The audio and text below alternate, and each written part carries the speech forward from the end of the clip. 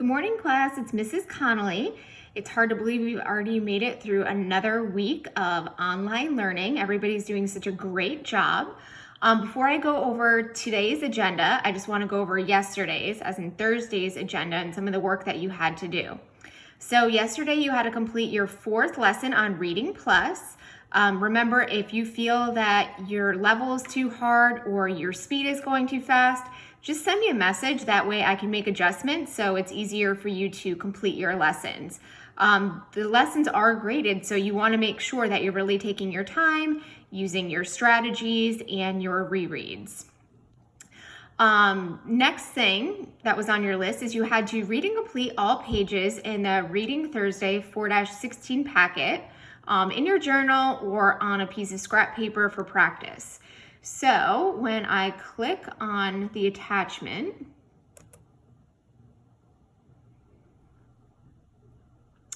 okay, you should have noticed that these pages are from your workbook. And the first reading that you had to read was Eastern Influence. Not going to read it all again today.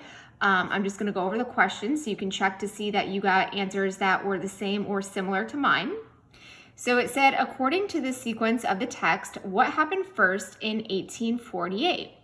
All right, well, if they're asking me about a specific year, I want to go back into the text and look for 1848. Oh, okay. Well, right under the heading, Culture and Adapting, it says, in 1848, word spread across the world that gold had been found in the United States. Okay, so that was the main event that happened in 1848. All right, if I look at number 2, it says, what important event happened later from 1863 to 1869?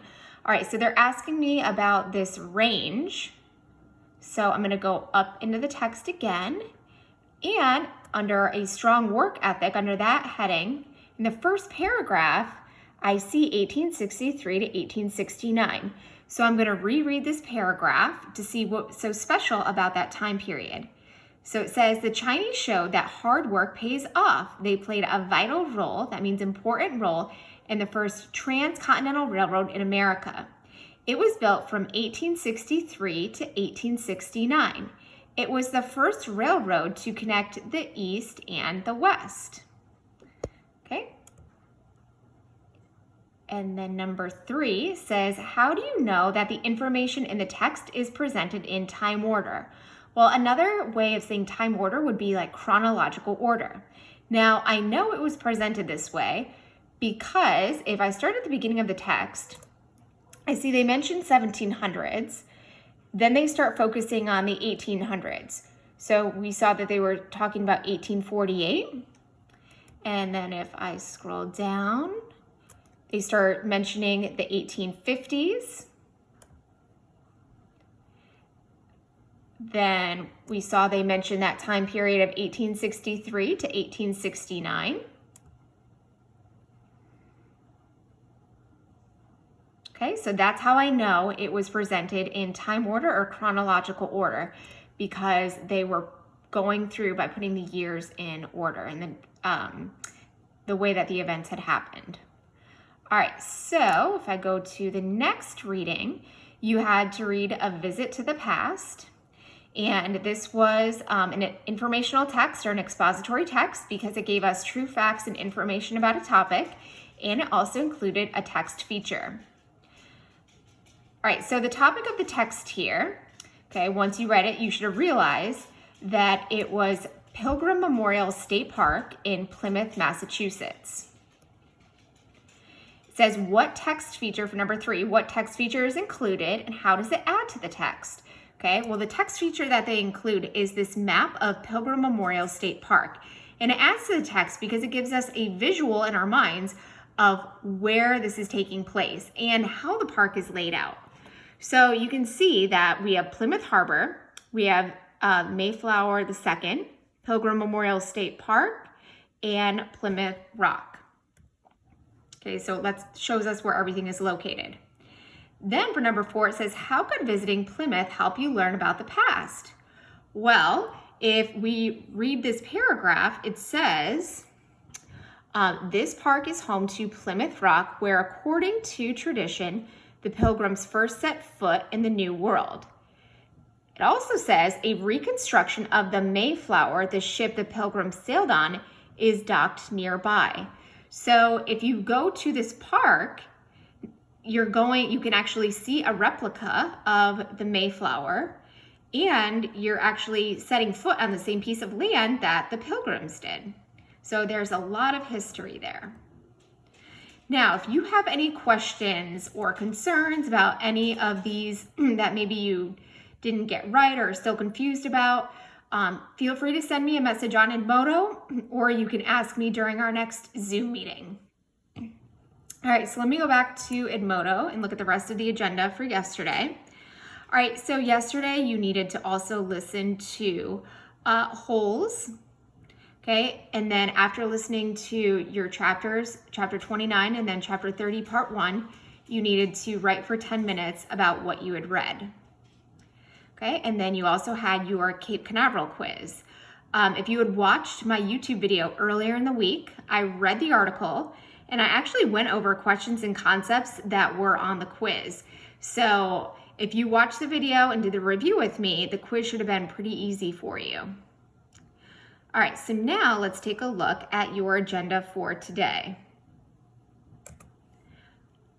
All right, so the same agenda is posted in your Edmodo on your attachments.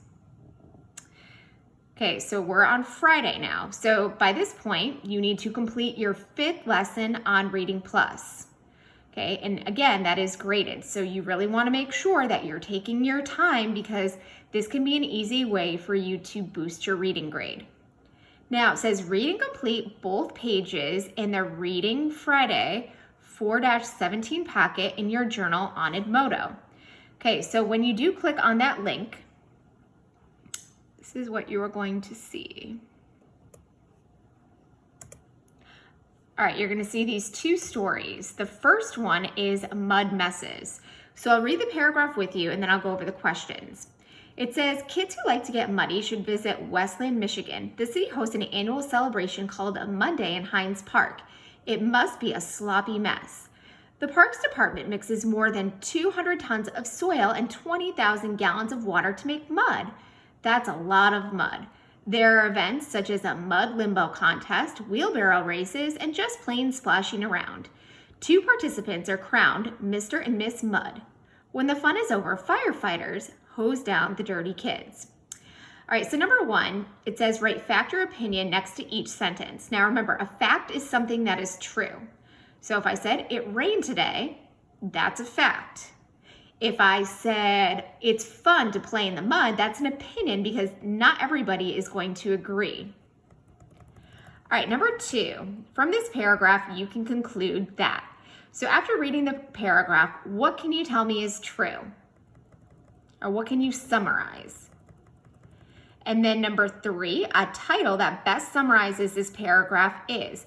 So remember, a summary is where you give like a brief description of the most important things in text that you're reading. And then number 4, it says in this paragraph, the word participants means. Now, if you do not know what that word means, you need to go back to the paragraph and use your context clues. So you want to use, look for words and phrases around the word participants to see if you can figure out the meaning. All right, the next story is Burning Up Time. It says, long ago, there were no clocks or watches. People had to figure out ways to mark the passing of time. In about 870 AD, King Alfred of England invented a candle clock. It was an ingenious device. He used candles that were 12 inches long and marked them off in equal sections.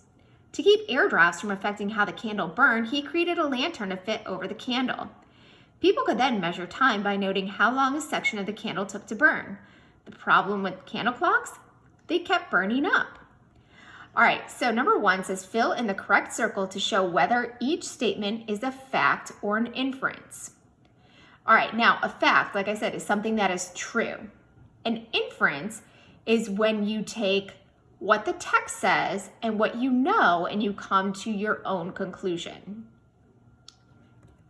All right, so for number 1, you're going to decide if each one of those is a fact or an inference. Number 2, a title that best summarizes this paragraph is, so what would be the best title? 3, you're going to write fact or opinion next to each sentence. And then 4 says, from this paragraph, you can conclude that. So what can you tell me that's true from the paragraph? Now, we will go over the answers to these on Monday. Okay, but if you have any questions while you're working, feel free to send me a message on Edmodo. All right, so let's go back to your agenda. All right, today for holes, I want you to first review chapters 23 through chapter 30, part 1. Now, you can re-listen to the chapters if you need to on YouTube. I sent you the links. Or you can go back through your journal, read the journal entries that you wrote after you read. So make sure that you do that. Okay, if you've been listening to the read alouds, if you've been writing in your journal, the quiz should be pretty straightforward. A couple things I just want to go over before you take the quiz. We started to learn about Miss Catherine Barlow and who she was. She was a school teacher. And we know that she met Sam, and Sam, he was African American. And back then, African Americans, they couldn't attend school, and it was looked down upon if they were in a relationship with a white person. So Miss Catherine, she really liked Sam's company. So she started to find things that he could fix in the schoolhouse. Okay, eventually people find out that Miss Catherine and Sam were in like a relationship, and they wanted to get Sam out of town.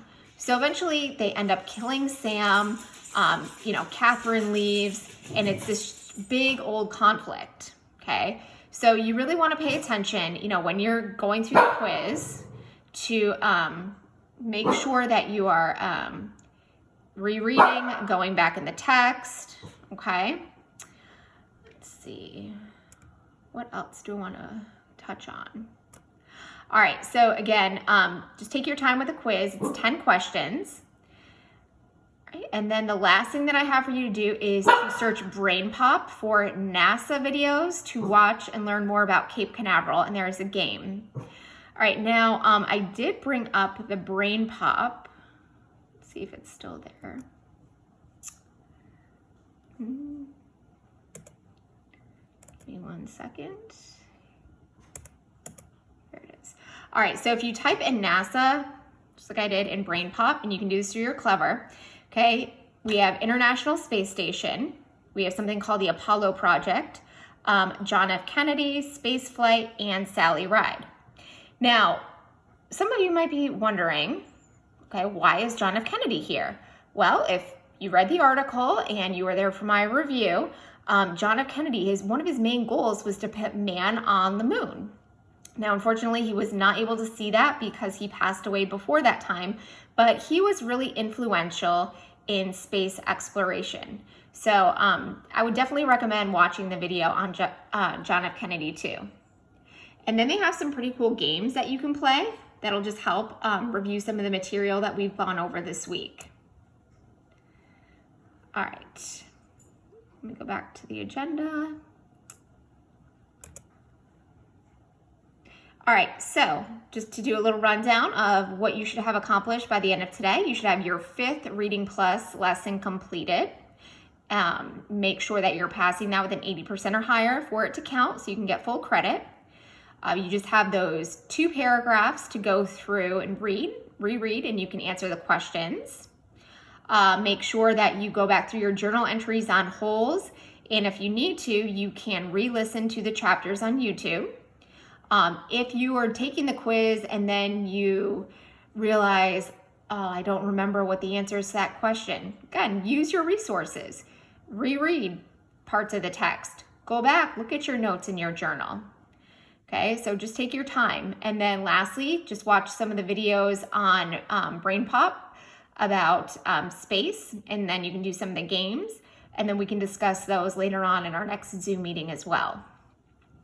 All right, well, you guys know if you have any questions or concerns, send me a message at any time. You know, I'm here for you, and I hope everybody has a wonderful day. So thanks, guys. I'll talk to you soon. Bye.